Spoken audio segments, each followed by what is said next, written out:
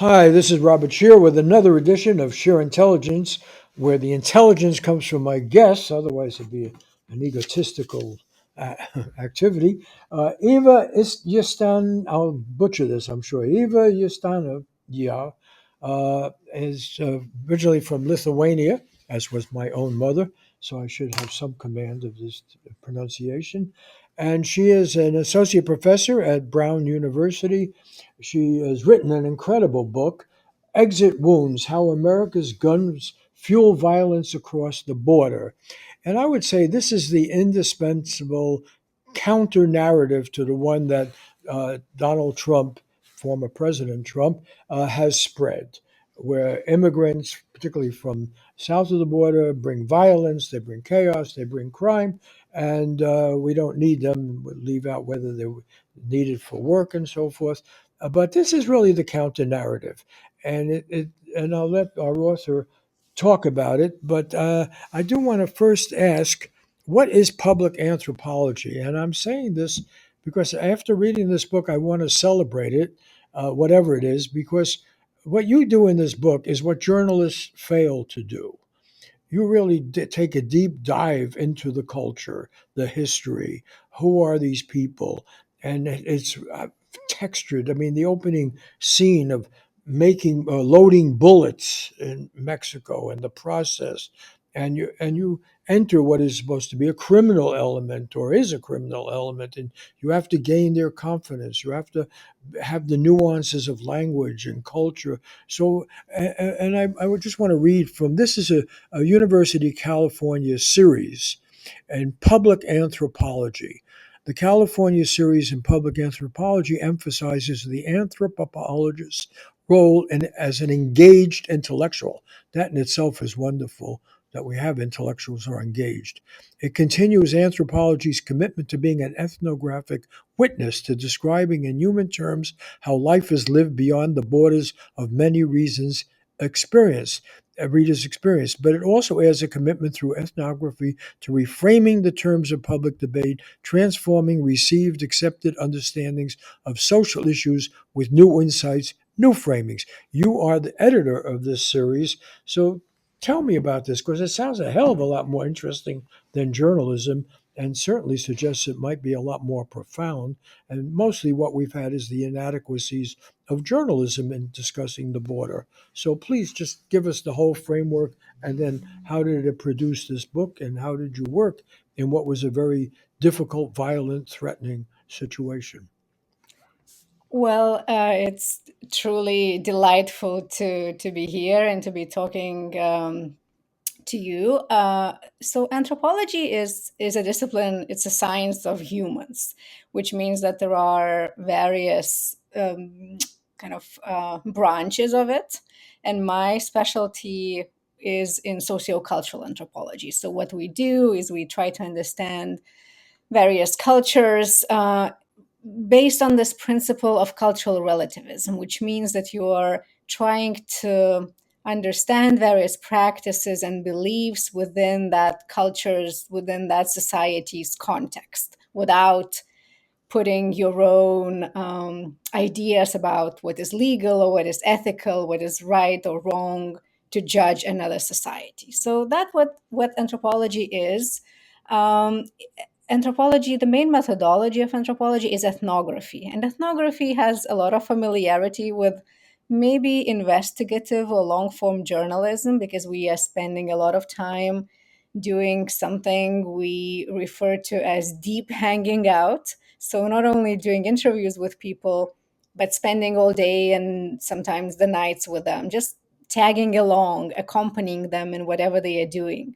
So in my case, in this project, I wanted to understand what different gun cultures in the United States and in Mexico, and how our gun culture in the United States and our gun laws and very powerful gun industry, how that affects gun culture in Mexico and how that contributes to violence that, as you said, then people are fleeing and are coming towards the border.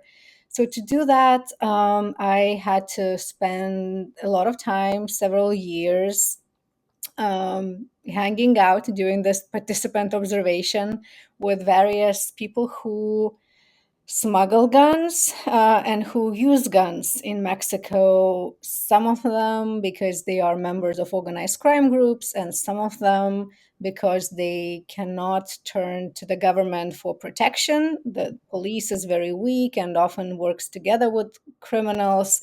Most crimes are never investigated. So, some people in Mexico smuggle guns from the United States in order to protect themselves and their families from kidnapping and extortion and all of that. So I came on the to this question because I before I began this research I was working on the U.S. Mexico border. I was both a paramedic and EMT helping migrants who got injured crossing the border or even just trying to reach the border, and an anthropologist. I was writing my previous book about militarization of the borderlands and how it affects safety of people who actually live in the border and binational cooperation of emergency responders. So being there, I talked to a lot of people who were fleeing violence in Mexico, who were trying to cross the border, mostly without asking for asylum because the types of violence they were fleeing from doesn't qualify for asylum in the United States. So they tried to cross the border without authorization. And Let talking me, to them, let yeah. me stop you on that because that was an interesting point from your book. Because the whole narrative that has been spread is that somehow the violence comes to us because they want to rob us or attack us here. There's very little evidence to support that view. Most people end up being quite productive and actually get exploited because they don't have documentation and work hard and don't even collect some of the benefits that they would otherwise be entitled to. But in your narrative, there were two things that stuck out in the beginning. First of all, I think I just learned something that I didn't learn from reading the book, which I wondered, how did you become an emergency medical person? So you said, because you described being in an ambulance, very close quarters, people are going to die if you don't stem the bleeding. This is a reality that, of course, most of us never experience about violence. And I wanted to ask you to read about that line in the poem that a bullet without the person is a scene without a song. But it relates to what I'm just about to ask you, that you are really immersed in this in a very dangerous situation. You are talking not to the average immigrant, you're talking to people, many of them who have turned actually to crime, to smuggle guns. And the other thing is your subtitle, How America's Guns Fuel Violence Across the Border. You're talking about North America. And you have a very interesting setup here that both Mexico and North America have a long history of violence and guns and upheaval and so forth. But ironically, Mexico has much more effective gun control, as described in your book, than North America does. We are the lawless people. So people go from Mexico, they come as far as Minnesota to get guns and then bring them back to Mexico. They get them in Arizona, they get them everywhere, and they bring them back. So we really are exporting the violence rather than this narrative that may inform our upcoming election that somehow Mexico visits violence upon us. So I didn't mean to interrupt, but you are the reality check. You have been in the ambulance, you've seen gunshot wounds, you've been with smugglers who want to get these guns. I mean, it's amazing. You risk your life. You say in the book you have to change the names. You can't do normally what you would do in academic research. Why don't you discuss that? Because you're an incredibly brave person, really. I mean, or foolhardy. I don't know what it is, but you really have put your life at risk to do this academic work. Well, thank you. So there's so much I want to now talk about. The quote that you referred to, because a bullet without a body is a song without ears, is from Ocean Vuong, who is a Vietnamese American poet and writer. And I thought this quote was so it speaks volumes because yes, I was an EMT and paramedic way before I began this field work. I worked and I volunteered in Jacksonville, Florida, and in Cambridge, Massachusetts, and later on the border. So I saw a lot of people wounded and killed by guns before I began even asking questions about what our guns are doing to Mexico. And I think you're right pointing out that in the title, it is not the United States, it's America's guns. And one of the things that was important for me is that we must think about this region as comprising of the United States and Mexico. We are in this together. The reason the people in Mexico, especially organized crime groups, are seeking these very powerful weapons from the United States is because they are competing for these routes to traffic drugs to the United States. But why do they do that? Because in the United States, there are a lot of people who pay for drugs because there is an addiction epidemic. So all of this is connected. Our guns that are just easy to buy here and cheaper, considering Mexican gun laws that are very strict and prices that are much higher. So these guns are related to the drugs, and then kind of we think that violence is that Mexico is this violent country, and then people who are coming here across the border that they would bring violence. And doing this research, I went to very potentially violent settings, and work was difficult. The same way as investigative journalists would find it difficult. I had to tell I didn't write sometimes people's names. I invented pseudonyms for them because I didn't want anyone to confiscate my notebooks and to know who I was talking to, because people were engaging in illegal practices. They could go to jail for many years in Mexico if they are caught, for example, reloading ammunition or using a gun they smuggled from the United States. So I had to be very careful. I had to.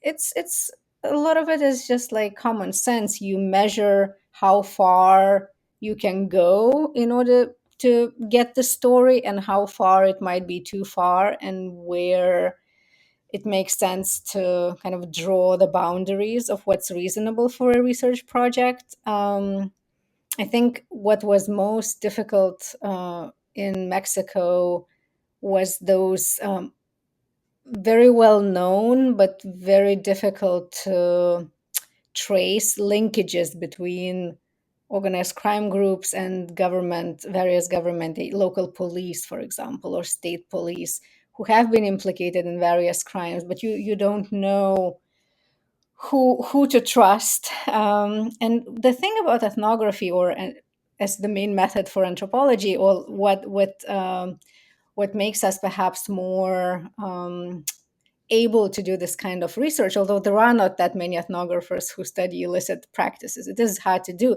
but we have the luxury of time. I do not need to file the story for breaking news or even for like next month. I can spend years building trust with these people. I can come back again. I can say, would you like to talk to me? And they would say no. And I ask them again next week, and then next month, and then next year. And they see that I am persistent and I want to understand what our guns are doing in Mexico. And eventually, a lot of them never agreed to talk to me. A lot of people never. But some of them began to trust me, although trust was always tentative on my part and on their part in this kind of research. It goes, talk more about it, because what you are is a serious person. Okay. No, really, which is what one would want from an academic. And I point out you are the senior editor of this series, as well as being highly regarded professor at Brown University. But it's not that you are thrilling to the chase or being bounced around in an ambulance as somebody's bleeding to death. And when I read that, someone could make a very exciting movie about how you do your research, because you are putting gunpowder into bullets with people who are giving bullets to criminals and everything. I mean, you are, an incredible observer of all of this, and it's quite scary.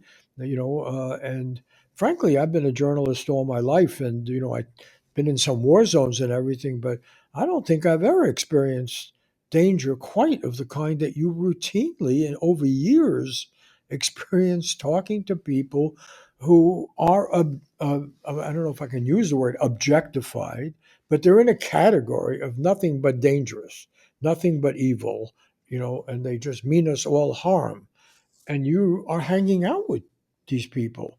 And it seems to me that's one of the strengths of having an anthropologist rather than a journalist or a policeman or someone else, that you start, and correct me if I'm wrong, but I got this from reading about this whole program of research. You start from a non-judgmental view, and wow. And you see the damage. What is that you said about the bullet without the body is a song without ears? So you have the ears. You know this bullet that you're putting gunpowder into a bullet. That bullet is going to end up causing great tragedy, possibly for people, for whole family of the person killed, and so forth. People are going to die. They're going to bleed if they're lucky, and an ambulance is both to the side of the road. And what you're doing is actually the opposite of our journalism. We're at the mercy of the demagogue. We're at the mercy of, oh, yes, the sensationalist. It caused this damage or this happened. It is in every story. What is the headline? What is the lead? What if it leads, it bleeds, and so forth. You come from the opposite. You have to examine whether you're talking about people who are Aborigines in Australia, or you're talking about people who are totally hip and yet conversant and yet living weird lives. You have to enter those lives in a kind of non judgmental position. So why don't you talk about that? Because this book of yours, I have to give the title again, Exit Wounds, really discusses the wounds and the damage and the nightmare, how America's guns fuel violence across the border. You are providing the essential corrective to political bias, to demagogues, to people who just go for the bleed, the bleeds that leads headline. So really tell us, this is, first of all, it's a very easy book to read, very well written. I don't want to scare anyone off. It's what, only a couple of hundred pages, right? I mean, it's not a commitment. Some of these books I reviewed, they're 5 times that length, and I resent it all the way through. But you have an economy of size here. You communicate in a layman language layman can understand very easily. And yet, I'll go out on a limb here. I don't think anybody would be disappointed reading this book if they care the least bit about what is accurate about our border. You really cannot understand the border if you don't come at it from this point of view. So defend or explain the point of view and what the how the book, because you have different characters. We haven't really talked about the book enough, and we're going to run out of time. Tell us about why you chose different characters through whom we could look at this thing. Give us the book, really, not to discourage people from reading, but to encourage them. Well, the book, I think if you walk into a bookstore and you see these 10,000 books you can choose from to read for your leisure, who would pick up a book about guns and gun trafficking and gun violence? So when I was writing this book, it was, yes, I did extensive research, but it was very important for me to write it in a style that's engaging, that has this people you identify with, and you follow their stories through the braided narrative throughout the book. So you keep turning the pages, you keep reading. It is on a subject that's heavy. And I've already heard from readers that reading it late at night, it's not the best for everyone, but it is based on a story, right? We learn about gun laws, we learn about gun history, but we also learn about how, like, who are these people who live with guns in Mexico, who smuggle them? Some of them, there is a woman who was still a teenager who becomes a member of organized crime. And then there is somebody who could have been her neighbor, but he grew up in a much wealthier part of the same town in Monterrey, Nuevo Leon, in Mexico. And he just likes guns and smuggles them because he's a gun aficionado. And then there are US federal agents who pursue these gun traffickers. So you can understand this issue from multiple perspectives. And I think that was very important for me coming in non-judgmental to this project, because if I and when I began this work, I didn't know much about guns, and I knew gun injuries. I treated people. I've lost people who died to gun injuries, but I was quite appalled and disgusted, and just guns were not an attractive research subject for me. But I had to learn about them, learn how to be safe around them, learn how to use them, learn the like how to talk about them in order for these people to talk to me. Because if I came and said, "Oh, I am anti-gun," they would not want to talk to me. I think the book is it offers some policy solutions in the end, but it is very open-minded. I do not have an agenda. I present this as a corrective to how we see the border, but it is not. It shows like the essential role of what firearms do to society, but it's not like an either or book. And the people I hung out with, Max, I think it's very important what you mentioned about these people who are not good that I was hanging out with.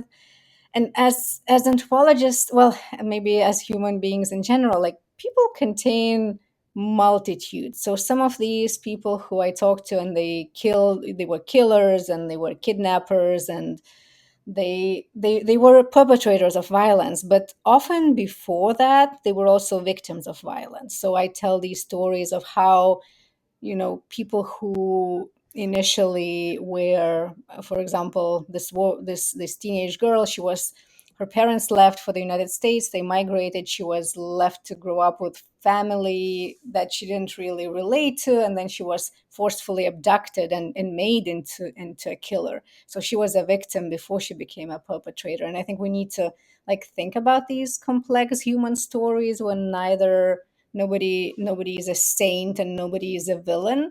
The same way when the when I was loading the bullets or learning to load the bullets, those were the people I was with. They were primarily hunters and people who had these powerful weapons for self-defense. So I hope I was not an accessory to any crime, because those guns would not be used against other human beings. But then you never know. Yeah, but let me just say, this whole question of victims and violence, the people you're describing actually are quite skilled at crossing the border, bringing back guns, and so forth. They do this professionally. They have generally a pretty good support network of people who tell them what's the best routes and the best ways and so forth. Somehow, in the mind of Donald Trump, and he's not alone, we've baited people, politicians have used the border, Democratic and Republican, continuously. And the fact of the matter is, and I don't know how far we want to go with numbers, but the people in your book, most of the immigrants are fleeing the violence that we helped spawn, we being the United States. I mean, this is, to my mind, the big political takeaway of the book, whether you intended it or not.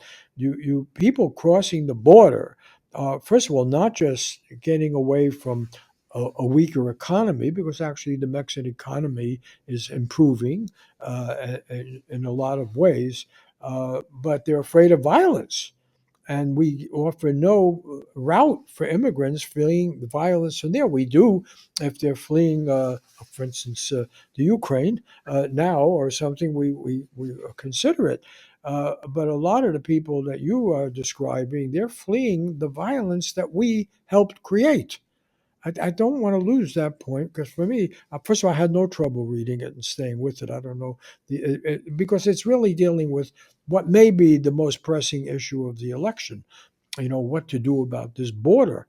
And you have been on the border before the wall, after the wall. You put in the time to really understand this. And if we don't understand that the people that Trump describes as criminal are in fact fleeing criminals, that's why they're trying. They don't have the support mechanism that the criminals do, so they're going to get shot or robbed in the desert or raped or something.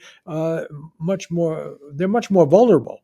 So maybe we only have, because I know you time is busy today, but I mean, maybe we could take the next just 5 minutes before we wrap this up. Maybe you could give us the real texture of the book. Well, um, I mean, I do have more than 5 minutes, so it's totally okay. But on your point about how totally wrong directed our border policies are, like we can take an example of Texas. So Texas has very, very almost non-existent gun laws. Almost anyone can buy any kind of weapon, and 43% of all guns recovered in crime scenes around Mexico come from Texas alone.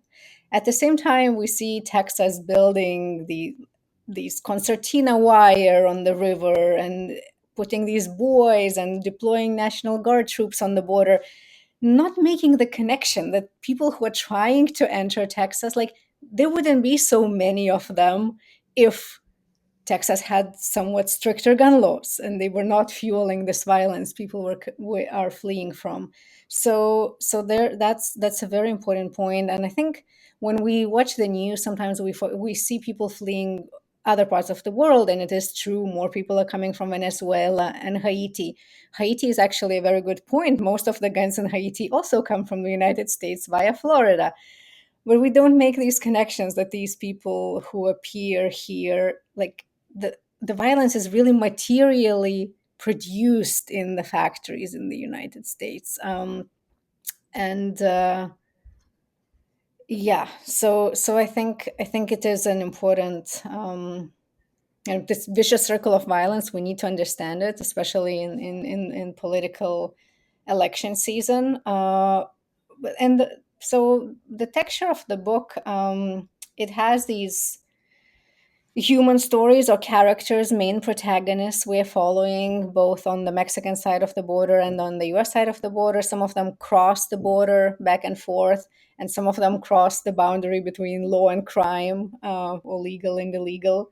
But there is also more discussion of how US and Mexico historically, they were both colonial countries, got independence, but and in the constitution they both have the right of people have the right to own arms, but somehow we have reached this very different moment in history where it is very, very hard to get a legal firearm in Mexico and very easy in the United States, and yet it doesn't matter because that's how illicit economies work. As long as there is demand on one side of the border, there will be supply. Most of these guns, they cross the border through ports of entry, so like through in vehicles, the same way that drugs are getting into the United States.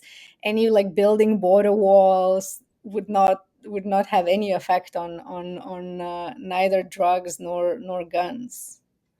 Could you elaborate on that? Because this is the, you know, deliberate misconception, that somehow it's this, young kid trying to cross the river and somehow, and if you put the wall and make it, I know I covered when I worked at the LA Times I covered this for a long time on the border, and it was a joke because the real crime of, first of all, the supply and demand is a very important point you made, and so the supply for drugs and and you talk about this industry of gold culture, the guns that are produced by our own arms industry. I didn't make a copy of it, but there's a chart in your book of statistics.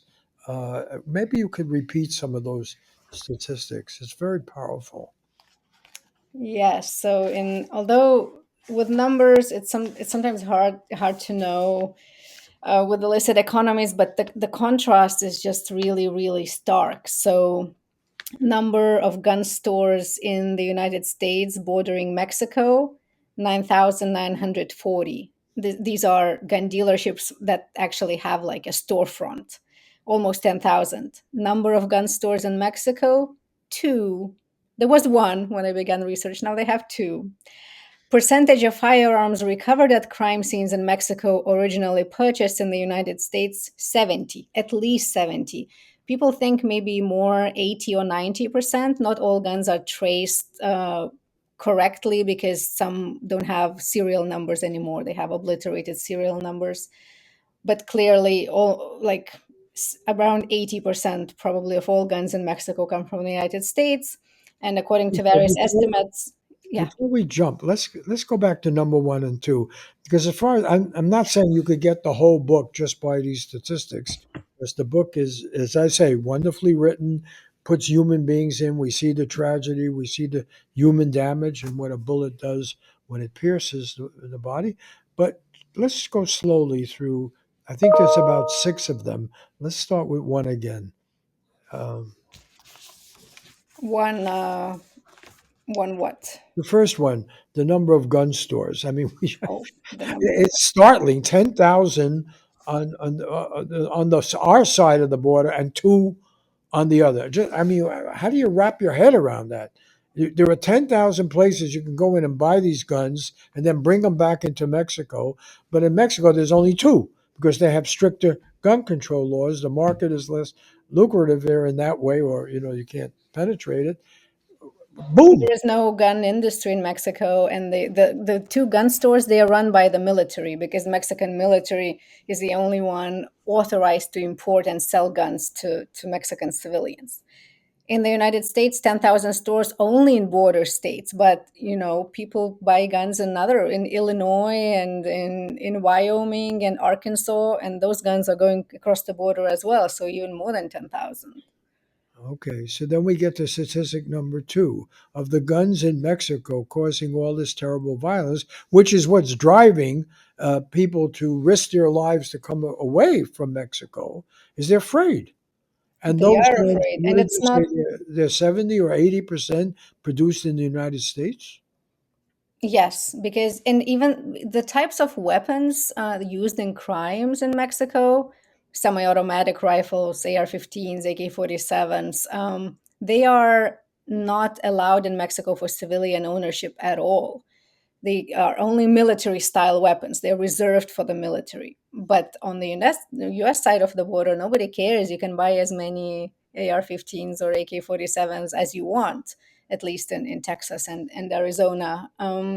And the crimes they commit, it's not only murder or gunshot injuries. There are indirect crimes. So a lot of people from Mexico who are fleeing now, they're fleeing threats and extortion. Somebody comes to your little business, to your avocado farm, and says, you will pay this much to us as a criminal group, or we will kidnap your somebody from your family, or we'll kill someone. So people pack up and leave even before they can experience that direct gun violence. But that's like the extortion and kidnapping is a huge business now for criminal groups in Mexico because it is getting easier than smuggling drugs in the United States. So these people who are fleeing to the United States, okay, are not fleeing because there's opportunity to commit crime here. They're giving up. No, I mean, this is compelling.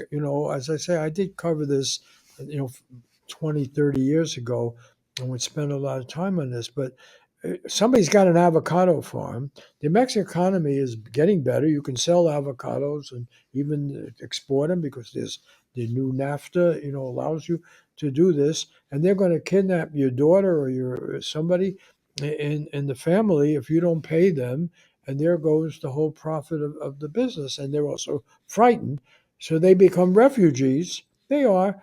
We always think, oh, it's got to be a political refugee. No, this is political and it's economic, and they're fleeing for their lives.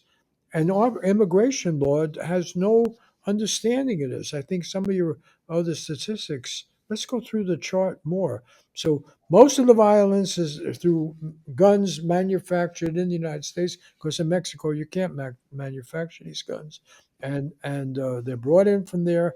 It's We don't mind all the havoc we're visiting upon Mexico. All we ever hear about is they're causing problems here. We don't ever. I mean, there's never been any. I don't see any really serious debate in a presidential election about how we cause this problem, whether from Democrats or Republicans. Why doesn't Joe Biden say, "Hey, wait a minute, Mr. Trump"? Or President Trump, I guess he's got to have to say. But the fact of the matter is, if we could control the arms industry in this country, we can go a long way to prevent people from fleeing Mexico or even wanting to come here to risk their lives. I don't know. You're the objective anthropologist. I don't want to put ideas in your. I mean, put make you make these statements. But that's what I got out of that chart. I found compelling. You know, Yeah, the thing is that guns also last a long time. So we already flooded Mexico with so many guns that it will take some time. Even if now we had very strict gun laws, it would take a while for results to show. But what we can do is also focus on ammunition. Because while a semi automatic rifle might be in circulation for like 20 or 30 years, then they don't necessarily need one every year. Although there are new criminal groups and they fracture and they all need new arsenals. So, yes, they do need guns, but they are completely dependent on US for ammunition. And we have no regulations. You can buy a truckload of ammunition and you don't even need to pass a background check because ammunition is not regulated the same way as firearms.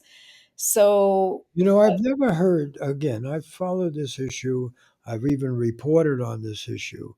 What you just said, I suspect most people listening to this will not have heard this. Ammunition is not regulated. And of course, that's the main thing that kills is the ammunition. You can have a gun and those guns last for a long time, yes. So even if you cut that down, do you have the figure on ammunition or is that in the chart? no, there is no.